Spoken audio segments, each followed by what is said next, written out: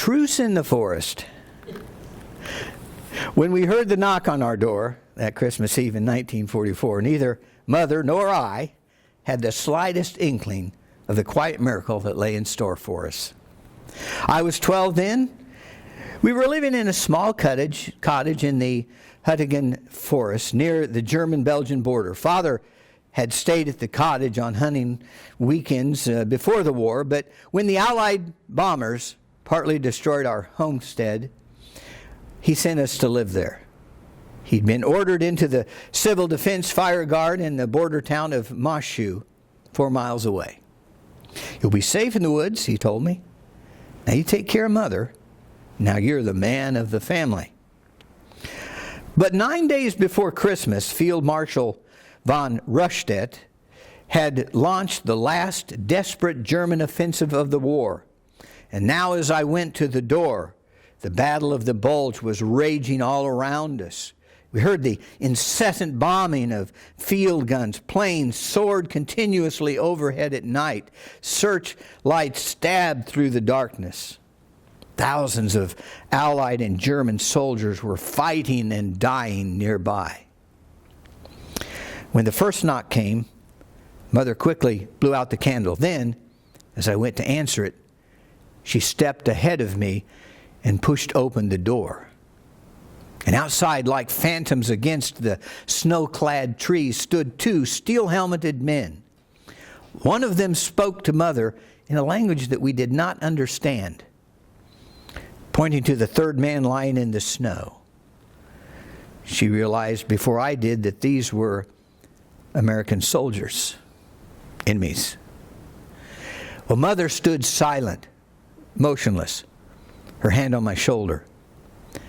They were armed and could have forced their entrance. Yet they stood there and asked with their eyes. And the wounded man seemed more dead than alive. "Come in, train," Mother finally said. "Come in." The soldiers carried their comrade inside and stretched him out on my bed. None of them understood German. Mother tried French, and one of the soldiers could converse in that language. So as Mother went to look after the wounded man, she said to me, "The fingers of those 2 are numb. Take off their jackets and boots and bring in a bucket of snow." So soon I was rubbing their blue feet with snow.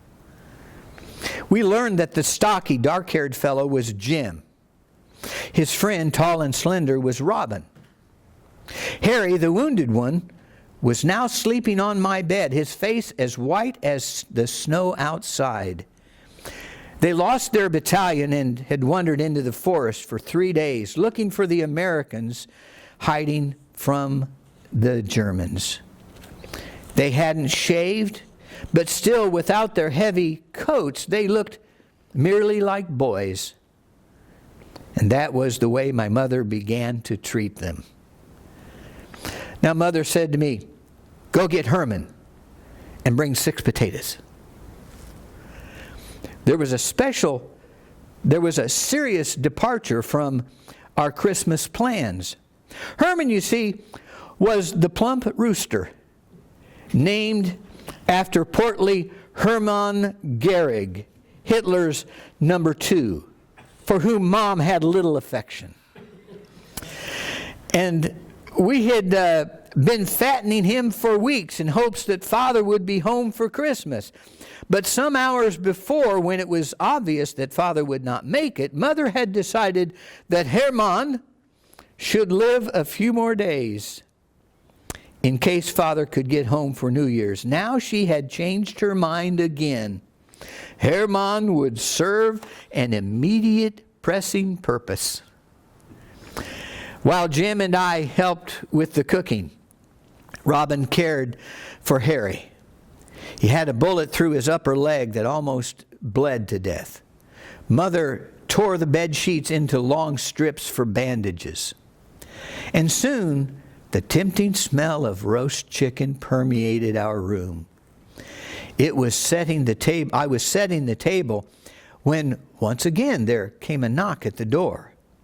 And expecting to find more Americans, I opened the door without hesitation. There stood 4 soldiers, wearing uniforms quite familiar to us after these years of war. They were Germans. Well, I was paralyzed with fear. Although still a child, I knew the harsh law. Sheltering enemy soldiers constituted high treason, and we could be shot. Mother was frightened too. Her face was white, but she stepped outside and said quietly, "Freilich Weihnachten." And the soldiers wished her a Merry Christmas too. "We have lost our regiment and would like to wait for daylight," explained the corporal. "Can we rest here?" "Of course," Mother replied, with a calmness born of panic. "You can also have a fine warm meal and eat till the pot is empty." The Germans smiled as they sniffed the aroma through the half-open door. "But," Mother added firmly, "we have 3 other guests whom you may not consider friends." Now her voice was suddenly sterner than I had ever heard it before. "This is Christmas Eve, and there will be no shooting here." "Who's inside?" the corporal demanded. "Amerikaner?" Mother looked at each frost-chilled face. "Listen," she said slowly. "You could be my sons, and so could those in there. A boy with a gunshot wound, fighting for his life. His 2 friends, lost like you, and just as hungry and exhausted as you are. This one night," she turned to the corporal and raised her voice a little, "this Christmas night, let us forget about killing." The corporal stared at her. There were 2 or 3 endless seconds of silence, and then Mother put an end to the indecision. "Enough talking," she ordered, and clapped her hands sharply. "Please put your weapons here on the wood pile and hurry up before the others eat the dinner." Dazedly, the 4 soldiers placed their arms on the pile of firewood just inside the door. 3 carbines, a light machine gun, and 2 bazookas. Meanwhile, Mother was speaking French rapidly to Jim. He said something in English, and to my amazement, I saw the American boys, too, turn their weapons over to Mother. Now, as Germans and Americans tensely rubbed elbows in the small room, Mother was really on her mettle. Never losing her smile, she tried to find a seat for everyone. We had only 3 chairs. But Mother's bed was big, and on it she placed 2 of the newcomers side by side with Jim and Robin. And despite the strained atmosphere, Mother went right on preparing dinner. But Hermann wasn't going to grow any bigger. And now there were 4 more mouths to feed. "Quick," she whispered to me. "Get more potatoes and some oats. These boys are hungry, and a starving man is an angry one." While foraging in the storage room, I heard Harry moan. When I returned, one of the Germans had put on his glasses to inspect the American's wound. "Do you belong to the medical corps?" Mother asked him. "No," he answered. "But I studied medicine in Heidelberg until a few months ago. And thanks to the cold," he told the Americans that it sounded fairly good, sounded like fairly good English, and Harry's wound wouldn't become infected. "He suffered from a severe loss of blood," he explained to Mother. "What he needs is rest and nourishment." Relaxation began now to replace suspicion. Even to me, all the soldiers looked very young as we sat there together, Heinz and Willie, both from Cologne, were 16. The German corporal at 23 was the oldest of them all. He managed to find a loaf of rye bread. Mother cut it in small pieces to be served with the dinner. Then Mother said grace. I noticed that there were tears in her eyes as she said the old familiar words, "Come, Herr Jesus, be our guest." As I looked around the table, I saw tears too in the eyes of the battle-weary soldiers, boys again, some from America, some from Germany, but all far from home. Just before midnight, Mother went to the doorstep and asked us to join her to look up at the Star of Bethlehem.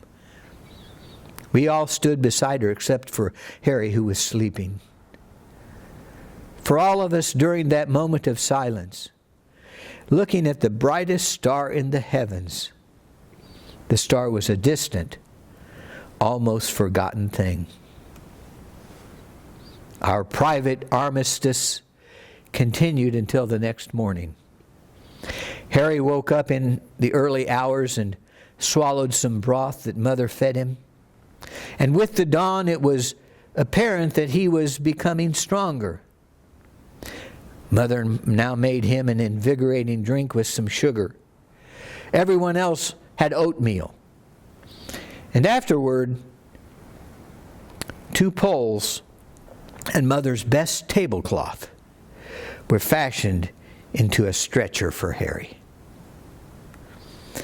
The corporal then advised the Americans how to find their way back to the lines. And looking over Jim's map, the corporal pointed out a stream. "Continue along this creek," he said, "and you will find the First Army rebuilding its forces on its upper course." The medical student relayed the message in English. "Well, why don't we just head for Moshuu?" Jim had asked the student. 9, the corporal explained. "We have taken Moshuu." Now Mother gave them all back their weapons.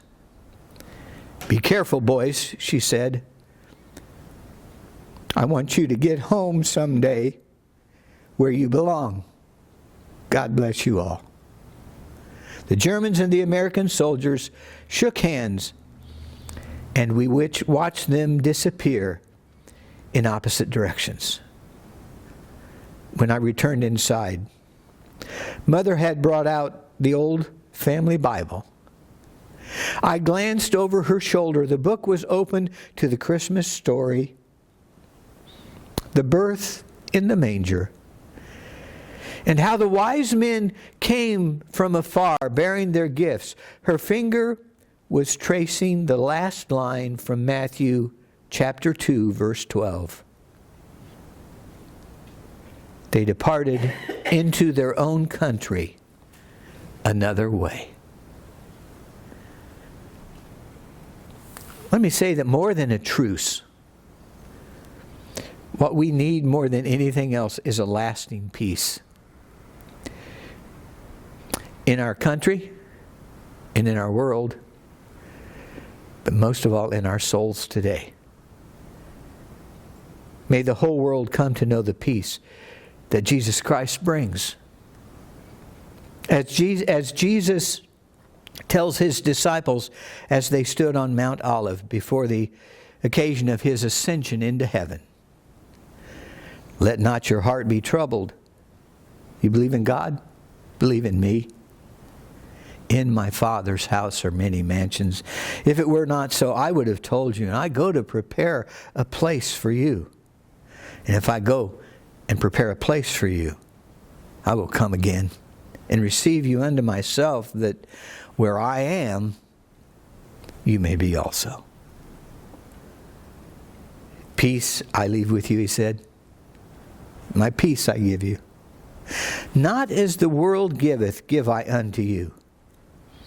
Let not your heart be troubled, neither let it be afraid. This one is entitled A Gift from the Heart. New York City, where I live, is impressive at any time.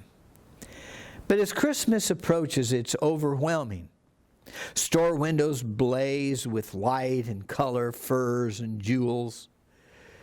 Golden angels, 40 feet tall, hovering over Fifth Avenue. Wealth, power, opulence. Nothing in the world can match this fabulous display. Through the gleaming canyons, people hurry to find last-minute gifts. Money seems to be no problem. If there's a problem, it's that the recipients so often have everything they need or want, and it's hard to find anything suitable, anything that will really say, I love you. Well, last December, as Christmas, as Christ's birthday drew near, a stranger was faced with just that problem. She had come from Switzerland to live in an American home and to perfect her English. In return, she was willing to act as secretary, mind the grandchildren, do anything she was asked. She was just a girl in her late teens, and her name was Ursula. One of the tasks her employer gave Ursula was keeping track of Christmas presents as they arrived. Oh, there were many. And all would require acknowledgement. Ursula kept a faithful record, but a growing sense of concern. She was grateful to her American friends, and she wanted to show her gratitude by giving them a Christmas present, but nothing that she could buy with her small allowance could compare with the gifts that she was recording daily. And besides, even without these gifts, it seemed to her that her employers had everything. Well, at night, from her window, Ursula could see the snowy expanse of Central Park, and beyond it, the jagged skyline of the city. Far below, in the restless streets, taxis hooted, traffic lights winked, red and green. It was so different from the silent majesty of the Alps that at times she had to blink back tears of the homesickness that she was careful never to show. And it was in the solitude of her little room, a few days before Christmas, that her secret idea came to Ursula.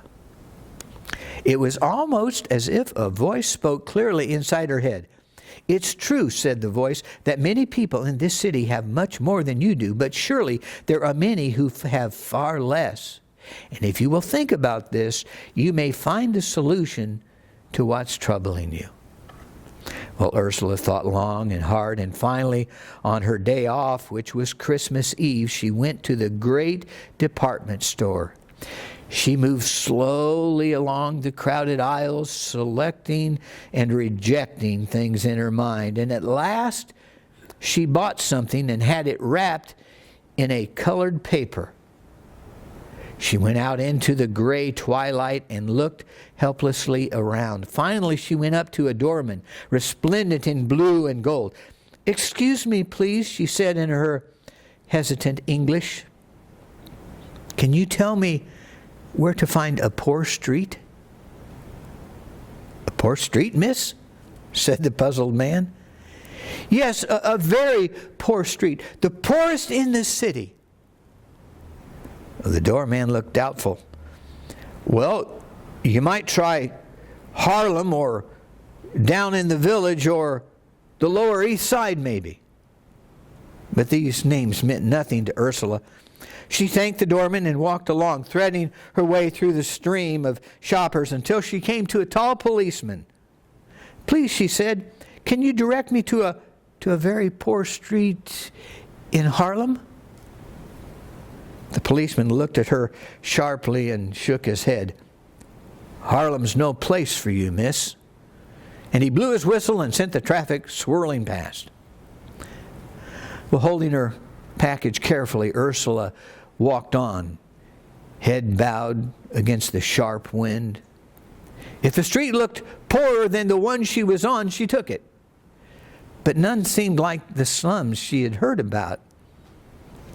Once she stopped a woman. Please, do you know where the very poor people live? But the woman gave her a strange stare and hurried on. Darkness came swiftly from the sky. Ursula was cold and discouraged and afraid of becoming lost. She came to an intersection and stood forlornly on the corner. What she was trying to do seemed foolish and impulsive and absurd. And then through the traffic's roar, she heard the cheerful tinkle of a bell. And on the corner opposite, a Salvation Army man was making his traditional Christmas appeal. At once, Ursula felt better. The Salvation Army was part of life in Switzerland too. Surely this man could tell her what she wanted to know. She waited for the light, and then crossed over. "Can you help me? I'm looking for a baby. I have here a little present for the poorest baby I can find." And she held up the package with the green ribbon and the colored paper. Dressed in gloves, an overcoat a size too big for him, he seemed a very ordinary man. But behind his steel-rimmed glasses, his eyes were kind. He looked at Ursula and stopped ringing the bell. "What sort of present?" he asked. "A little dress for a small, poor baby. Do you know of one?" "Oh, yes," he said. "Of more than one." "Is it far away? I could take a taxi, maybe?" The Salvation Army man wrinkled his forehead. Finally, he said, It's almost 6 o'clock. My relief will show up then. If you want to wait, and if you can afford a $1 taxi ride, I'll take you to a family in my own neighborhood who needs just about everything." "And they have a small baby?" "A very small baby," he said. And then said Ursula joyfully, "I'll wait." The substitute bell ringer came. A cruising taxi slowed down. In its welcome warmth, she told her new friend about herself and how she came to be in New York and what she was trying to do. And he listened in silence, and the taxi driver listened too. When they reached their destination, the driver said, "You take your time, miss. I'll wait for you." Well, on the sidewalk, Ursula stared up at the forbidding tenement, dark, decaying, saturated with hopelessness. A gust of wind, iron cold, stirred the refuse in the street and rattled the reeling ash cans. "They live on the 3rd floor, the Salvation Army man said. Shall we go up?" But Ursula shook her head.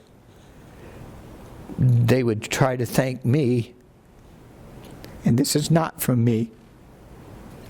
She pressed the package into his hand. "Take it up for me, please. And say it's from someone who has everything." The taxi bore her swiftly from dark streets to lighted ones, from misery to abundance. She tried to visualize the Salvation Army man climbing the stairs, the knock, the explanation, the package being opened, the dress on the baby. It was hard to do. And arriving at the apartment house on 5th Avenue where she lived, she fumbled in her purse, but the driver flicked the flag up. "No charge, miss." "No charge?" Ursula echoed, somewhat bewildered. "Don't worry," said the driver. "I've been paid." He smiled at her and drove away. Ursula was up early the next day. She set the table with special care. And by the time she had finished, the family was awake, and there was all the excitement and laughter of Christmas morning, and soon the living room was a sea of discarded wrappings. Ursula thanked everyone for the presents she received, and finally, when there was a lull, she began to explain hesitantly why there seemed to be none from her. She told about going to the department store. She told about the Salvation Army man. She told about the taxi driver. And when she finished, there was a long silence. No one seemed to trust himself to speak. So you see, said Ursula, I tried to do a kindness in your name. And this is my Christmas present to you. How do I happen to know all this? I know it because ours was the home where Ursula lived. Ours was the Christmas she shared. We were like many Americans, so richly blessed that to this child from across the sea, there seemed to be nothing she could add to the material things we already had. And so she offered something of greater value, a gift from the heart, an act of kindness carried out in our name. Strange, isn't it? A shy Swiss girl, alone in a great impersonal city. You would think that nothing she could do would affect anyone, and yet, by trying to give away love, she brought the true spirit of Christmas into our lives, the spirit of selfless giving. That was Ursula's secret, and she shared it with us. Well, this is a reminder that nothing is little or insignificant if it's done for the Lord. And eternity will reveal that. Matthew 25 records Jesus describing what his return will reveal. He says, when the Son of Man comes in his glory with all the angels, he will sit on his glorious throne, and all the nations will be gathered before him. And then the King will say to those on his right, come, you who are blessed by my Father, take your inheritance, the kingdom prepared for you since the creation of the world. Truly, I tell you, whatever you do for the least of these, my brothers and sisters of mine, you did for me. More priceless than any other gift, and the greatest gift of all, is to share the love of Jesus Christ.